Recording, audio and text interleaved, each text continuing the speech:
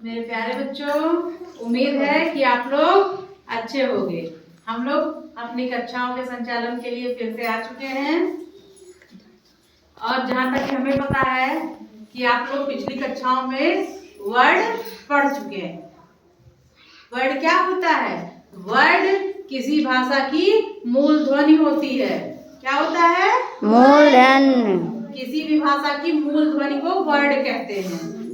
ठीक, तो इसका मतलब है कि अगर हमें कोई भाषा सीखनी है तो हमें उस भाषा के वर्ड को सीखना पड़ेगा ना? Yes ma'am. अगर हमें कोई भी भाषा सीखनी है तो क्योंकि जो वर्ड है उसकी मूल ध्वनि है, तो हमें वर्ड को सीखना ही पड़ेगा, तभी हम वो भाषा जान पाएंगे। अब देख लीजिए, वर्ड जो होते हैं ये भी दो प्रकार के होते हैं। वर्ड के दो भेद हैं। क्या है? दो भेद। दो भेद हैं वर्ड के।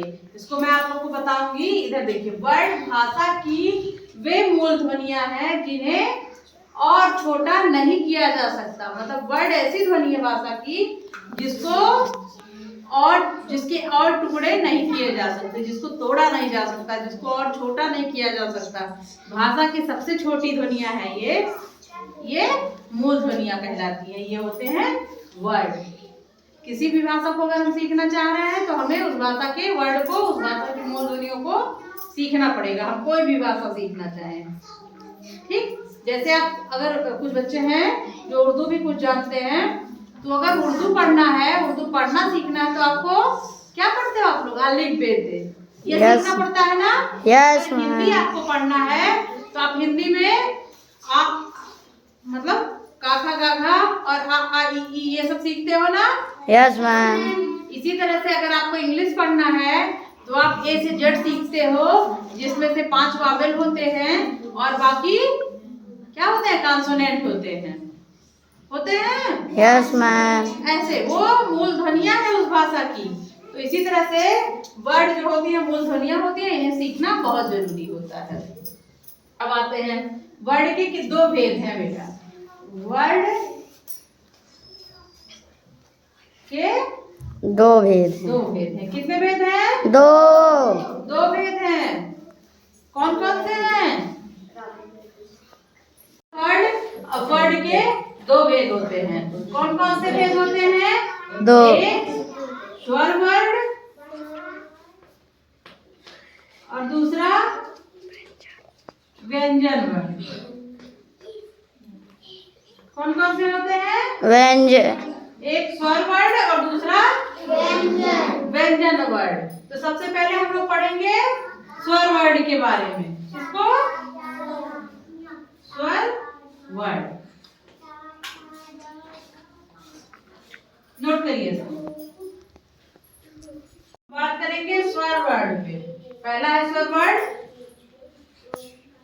जिन ध्वनियों के उच्चारण में, जिन मूल ध्वनियों के उच्चारण में हमें और किसी ध्वनि की, वर्ड की सहायता नहीं लेनी पड़ती है, वो होती हैं स्वर ध्वनियां, स्वर वर्ड। जिनके उच्चारण में हमें और किसी वर्ड की सहायता नहीं लेनी पड़ती वो होते हैं स्वर वर्ड, जिनमें हवा बिना रुकावट के ही बाहर निकलती है। जैसे देखो आ बिना रुकावट के बाहर निकलती है और किसी की सहायता नहीं ली जाती उनके उच्चारण में, वो होते हैं स्वर वर्ड। तो आपको बता दें कि स्वर वर्ड कुल कितने होते हैं? 11 स्वर वर्ड होते हैं। कितने होते हैं? 11 स्वर वर्ड होते हैं। 11 में से कौन कौन से होते हैं? देखिए, कुल 11 स्वर वर्ड हैं। स्वर वर्ड 11 हैं, जिसमें अ, आ, ई, उ,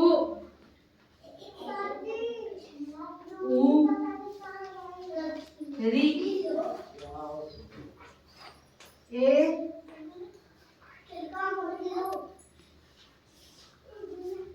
ए, ओ और औ। ये हमारे 11 स्वर वर्ड। देखते हैं 1 2 3 4 5 6 7 8 9 10 11 हुए ना? यस ये 11 हमारे स्वर वर्ड इनके उच्चारण में हमें किसी और वर्ड की सहायता नहीं लेनी पड़ती है। इनके उच्चारण करते समय हवा बिना रुकावट के ही मुंह से बाहर निकलती है। जो एक लाइन मैंने कहा हवा बिना रुकावट के मुंह से बाहर निकलती है, तो उसको आप देख सकते हैं।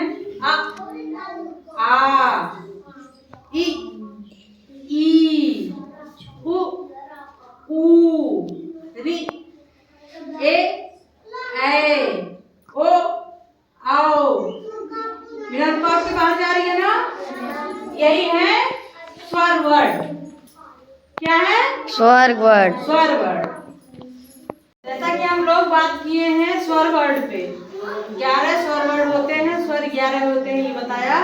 तो इसी के साथ साथ हम लोग जान लेते हैं स्वरों की मात्राएं। क्या जान लेते हैं? की मात्राएं। स्वरों की मात्राएं।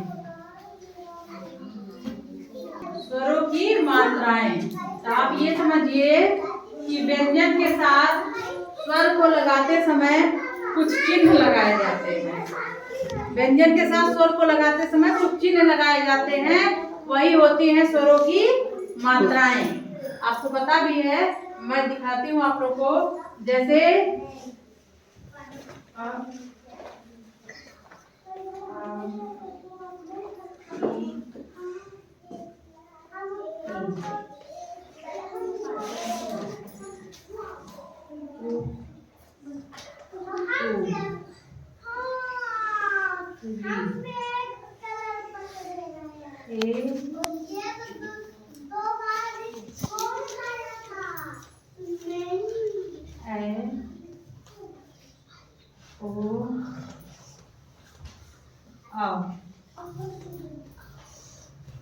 ये है ना, मैंने बताया व्यंजनों के साथ स्वरों को लगाते समय कुछ चिन्ह लगाए जाते हैं जिन्हें मात्राएं कही जाती हैं। तो छोटे आ में मान लीजिए कोई चिन्ह नहीं है, लेकिन जैसे आ पे आएंगे, आ की मात्रा ऐसे लगाते हैं। ये चिन्ह जो है यही स्वरों की मात्रा कही जाती है। ई जो है ई को इस तरह लगा देते हैं ना। Yes ma'am. और ये बड़ी ई को पीछे से, किसी वर्ड के पीछे से ऐसे लगा देते हैं, तो हो जाती है बड़ी ई। अब यहाँ हो जाता है, ये इसका चिन्ह है छोटा ऊ का, और ये वाला बड़ा ऊ का। और किसी अक्षर के नीचे इस तरह से लगा दिया जाए तो ये री का हो गया, और अक्षर के ऊपर इस तरह से ए का हो जाता है। और अक्षर के ही ऊपर जब हम दो चिन्ह लगा देते हैं तो ये ए का हो जाता है। और अक्षर के पीछे एक लाइन खींच के ऊपर एक चिन्ह लगाते हैं तो वो ओ का चिन्ह हो जाता है, ओ का निशान हो जाता है। और जब उसी लाइन में हम दो मात्राएं लगा देते हैं अक्षर के पीछे एक लाइन खींच के, तो अ हो जाता है। बेटा मैं आपको यही बताना चाह रही थी कि स्वरों की मात्राओं के बारे में, कि जैसे व्यंजन के साथ जब हम स्वरों को यूज करते हैं तो स्वरों के लिए कुछ चिन्ह हैं जो चिन्ह लगाए जाते हैं, उन्हें ही स्वरों की मात्राएं कही जाती हैं। अब ये जो है ये स्वरों की मात्राएं हैं, ये स्वरों के चिन्ह हैं जो मात्रा के रूप में लगाए जाते हैं। अगर आप स्वर जान गए हैं, व्यंजन जान गए हैं, तो सबसे पहले मात्राओं को सीखना जरूरी होता है, तभी आप किताब पढ़ पाते हैं, तभी आप किसी वर्ड को, किसी शब्द को और किसी वाक्य को पढ़ सकते हैं। समझ में आ रही है स्वरों की मात्राएं? Yes ma'am. स्वर 11 हैं और स्वरों की मात्राओं के चिन्ह कुछ इस तरह से हैं जो लगाए जाते हैं। ठीक है? Yes, इसमें ma'am. मैंने एक छोटी सी एक्टिविटी भी आप लोग को बताई थी। मात्राओं के लिए ही गतिविधि मैंने बताई थी। आ की मात्रा, आ की मात्रा, आ की मात्रा, आ की मात्रा, छोटी की मात्रा, छोटी की मात्रा, बड़ी की मात्रा, बड़ी की मात्रा, छोटी की मात्रा अक्षर के आगे से और बड़ी की मात्रा अक्षर के पीछे से, छोटी की मात्रा, छोटी की मात्रा, बड़ी की मात्रा, बड़ी की मात्रा, छोटा ऊ की मात्रा, छोटा ऊ की मात्रा, छोटा ऊ की मात्रा में अक्षर के आगे उसका मुंह घूम के आएगा मात्रा का, ठीक है? Yes ma'am. और बड़ा ऊ की मात्रा, बड़ा ऊ की मात्रा, अक्षर के पीछे की तरफ घूम के जो ऊ की मात्रा लगेगी वो होती है बड़ा ऊ की मात्रा। और री की मात्रा ऐसे अक्षर के नीचे टंग जाती है, ठीक है? Yes ma'am. छोटा ऊ की मात्रा, छोटा ऊ की मात्रा बड़ा ऊ की मात्रा, बड़ा ऊ की मात्रा री की मात्रा, री की मात्रा ऐसे होती है ना, ऐसे करके किसी अक्षर के नीचे ऐसे टक जाती है। यस री मैम की मात्रा, री की मात्रा ए की मात्रा, की ए की मात्रा मात्रा अक्षर के सिर पे एक मात्रा लगा दी जाती है, ऐसे ही ना।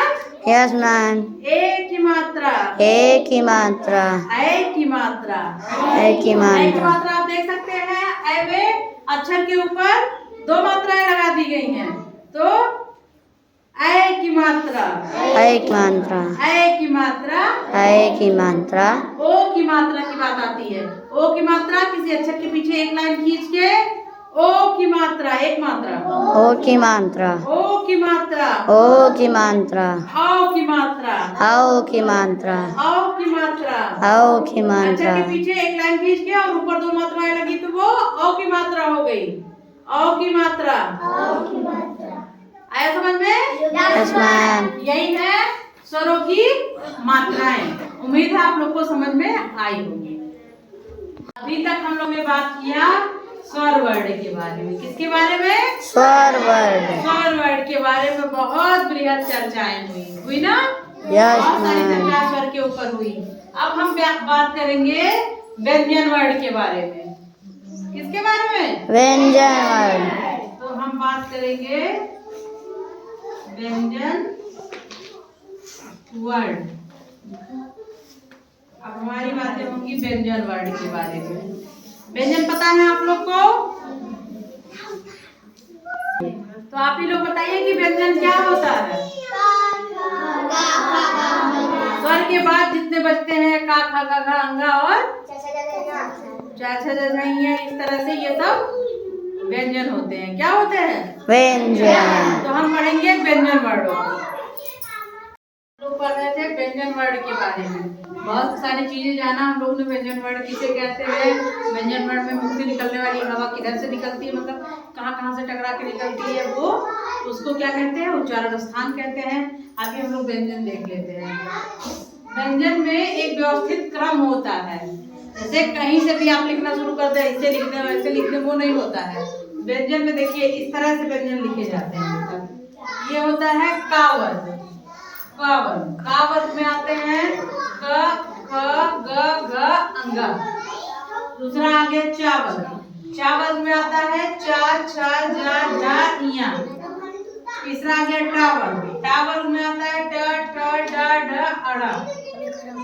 उसके बाद आता है ता वर्ग। क, ख, द, ध, न। यह है पा वर्ग। पा वर्ग में आता है प, फ, ब, भ, म। इतने वर्ग बनाए गए हैं व्यंजन में। हमारे इतने जो 1 2 3 4 5 वर्ग बनाए गए हैं व्यंजन में। इसके बाद आता है अंतस्थ व्यंजन। देखिए हमने लिखा है अंतस्थ, लिखा है ना? Yes ma'am. अगर कोई पूछता है कि अंतस्थ व्यंजन क्या है, कोई पूछे या ना पूछे, पेपर में पूछा जाता है अंतस्थ व्यंजन क्या है। आप ही लोग के पेपर में नहीं, ये बहुत बड़े लेवल की कॉम्पिटिटिव जो परीक्षाएं होती हैं, तैयारी वाली जो परीक्षाएं होती हैं, प्रतियोगी परीक्षा जिसको कहते हैं, उन सब में भी पूछा जाता है। जैसे पूछ लिया अंतस्थ व्यंजन क्या होता है, अंतस्थ व्यंजन कौन कौन से हैं? य, र, ला, व। ये 4 जो है ये अंतस्थ व्यंजन है। इसके बाद आता है ऊष्म व्यंजन। ऊष्म व्यंजन एक समझने के तौर पे एक समझ लो, ऊष्म व्यंजन जिसमें मुंह से गर्म हवा निकले। जैसे देखो सा, तीनों सा का जब उच्चारण करो सा, सा, सा, ये तीनों सा का जब उच्चारण होगा या हा का होगा ह, तो ये ऊष्म व्यंजन है। कौन सा व्यंजन है? ऊष्म व्यंजन। हम लोगों ने व्यंजन वर्ण को पूरा पढ़ा। आगे आप लोग को हम बताएंगे कि का वर्ग के, चा वर्ग के, टा वर्ग के, ता वर्ग, पा वर्ग के, इन सबके उच्चारण स्थान आगे हम आगे की कक्षाओं में बताएंगे, आगे की क्लासेस में अपने। तब तक अभी आप लोग इतना समझिए कि व्यंजन वर्ण क्या होते हैं और कौन कौन से होते हैं, उसमें क्या होता है। ठीक, इतना आप लोग समझिए और उच्चारण स्थान इनके हम बताएंगे। तो वर्णों के व्यवस्थित क्रम को ही वर्णमाला कहते हैं। क्या कहते हैं? वर्णों के व्यवस्थित क्रम को वर्णमाला कहते हैं। वर्णमाला के अंदर आ से लेके या तक की चीजें आती हैं। क्या आती है? आ से लेके ज्ञा तक, जिसमें आ से आहा तक स्वर है और का से ज्ञा तक व्यंजन है। इसका मतलब कि वर्णमाला में स्वर और व्यंजन दोनों आते हैं। दोनों आते हैं और स्वरों की संख्या 11 और व्यंजनों की संख्या 33 है। समझ में आ रहा है? ठीक है, तो वर्णमाला समझ में आया। वर्णों के व्यवस्थित क्रम को वर्णमाला कहा जाता है। बताया, इनके अलावा कुछ अन्य व्यंजन भी हैं, उनके बारे में बात करते हैं। अन्य व्यंजन, अन्य व्यंजनों के बारे में बात करें तो आप लोगों ने देखा होगा कि ये डा है और ढा है। ढा है, डा और ढा आपने पढ़ा है ना व्यंजन में। इनके नीचे बिंदी लगाकर कुछ व्यंजन लिखे जाते हैं जिनसे किसी भी शब्द, इनसे किसी शब्द की शुरुआत नहीं होती है। ये अन्य व्यंजन जो है, ये ऐसे व्यंजन है जिनसे किसी शब्द की शुरुआत नहीं की जाती है। ये शब्दों के बीच में प्रयोग किए जा सकते हैं या लास्ट। ये व्यंजन जो है किसी शब्द के बीच में, या फिर जैसे ये तो मूल व्यंजन, मतलब ये व्यंजन है, इनसे शुरुआत भी होती है, लेकिन इनके नीचे जो बिंदी लगा के शुरू किए जाते हैं, बिंदी लगा के जो व्यंजन होते हैं, इनसे किसी शब्द की शुरुआत नहीं होती। ये बीच में या लास्ट में लगाए जाते हैं। जैसे आप लोग देख सकते हैं उदाहरण में पेड़, तो ये डा जो है ये अन्य व्यंजन है। इसके बाद अगर कोई लिखता है कढ़ाई, तो ये हमारे मूल व्यंजन का नहीं है, ये अन्य व्यंजन है, इससे शुरुआत नहीं होती है। आ रहा समझ में? ये है अन्य व्यंजन जिनसे किसी शब्द की शुरुआत नहीं की जाती है। द्वित्व व्यंजन, कौन से व्यंजन? द्वित्व व्यंजन। द्वित्व व्यंजन, ये द्वित्व व्यंजन क्या है? इसको कभी सुना तो नहीं होगा आप लोगों ने? नहीं, सुना है? नहीं सुना होगा। इसका क्या है? जब दो समान व्यंजन एक साथ आते हैं, जब दो समान व्यंजन एक साथ आते हैं तो पहला व्यंजन आधा लिखा जाता है। समझिएगा, जब दो समान व्यंजन एक साथ आते हैं उसमें पहला व्यंजन आधा लिखा जाता है, वो है द्वित्व व्यंजन। जैसे बच्चा, देखिए चा 2 बार आया है ना? Yes ma'am. पहला चा आधा लिख दिया गया है तो? Yes ma'am. ऐसे ही कच्चा, इसमें भी चा 2 बार आया है और पहला चा आधा लिखा गया है, यही तो है। दिखा दीजिए एग्जाम्पल। गत्ता, इसमें भी तो ता 2 बार आया है। Yes ma'am. और पहला व्यंजन आधा लिखा गया है, ये है द्वित्व व्यंजन। क्या है?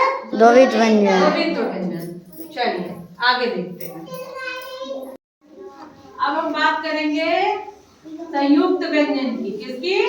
संयुक्त व्यंजन। संयुक्त व्यंजन। संयुक्त व्यंजन क्या है? ये व्यंजन जो होते हैं ये दो व्यंजन वर्णों की सहायता से बनते हैं।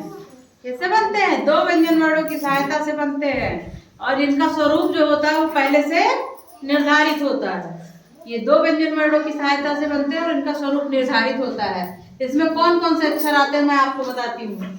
ये एक इस तरह वाला छतरी वाला छा पढ़ते हो गया, आप लोग पढ़े हो ना? Yes ma'am. एक त्रा पढ़ते हो, त्रा से त्रिशूल पढ़े हो? Yes ma'am. एक स्रा पढ़ते हो, स्रा, स्रा से श्रमिक पढ़े हैं? ये जो है ये सब संयुक्त व्यंजन है। कौन से व्यंजन है? संयुक्त व्यंजन। संयुक्त व्यंजन।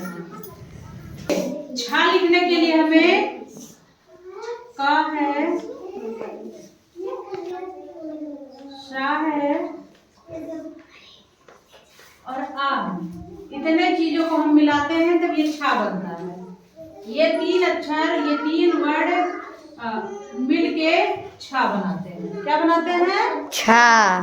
अब देखिए, त है, र है, गलत लगता है, और अ है। ये मिलके तीनों त्रा बनाते हैं। क्या बनाते हैं? त्रा। त्रा बनाते हैं। इसी तरह से स्रा को लिखने के लिए स प्लस र प्लस आ, इतना आप लिखेंगे तब क्या लिखा जाएगा? स्रा लिखा जाएगा। जान लो। और ज्ञा को लिखने के लिए जा होगा पहले, फिर होगा एक ये तो चाचा चाचा के बाद यहाँ लिखते हो ना? Yes ma'am. इसके बाद आ लिखोगे तब ये ज्ञा बनेगा। इसीलिए इसको क्या कहा जाता है? संयुक्त अक्षर। संयुक्त अक्षर मतलब इतने चीज को संयुक्त करके, इतने अक्षर को एक साथ करके तब ये बनता है। Yes ma'am. देखे, इसीलिए उस नॉर्मल व्यंजन में इसको नहीं रखा जाता, ये संयुक्त व्यंजन होता है। ये तीनों को मिला के त्रा बनता है, ये तीनों को मिला के स्रा बनता है, और ये तीनों को मिला के ज्ञा बनता है। समझ में आया बच्चों? Yes ma'am. समझ में आना चाहिए। ये चीजें ध्यान करिए, नोट करिए।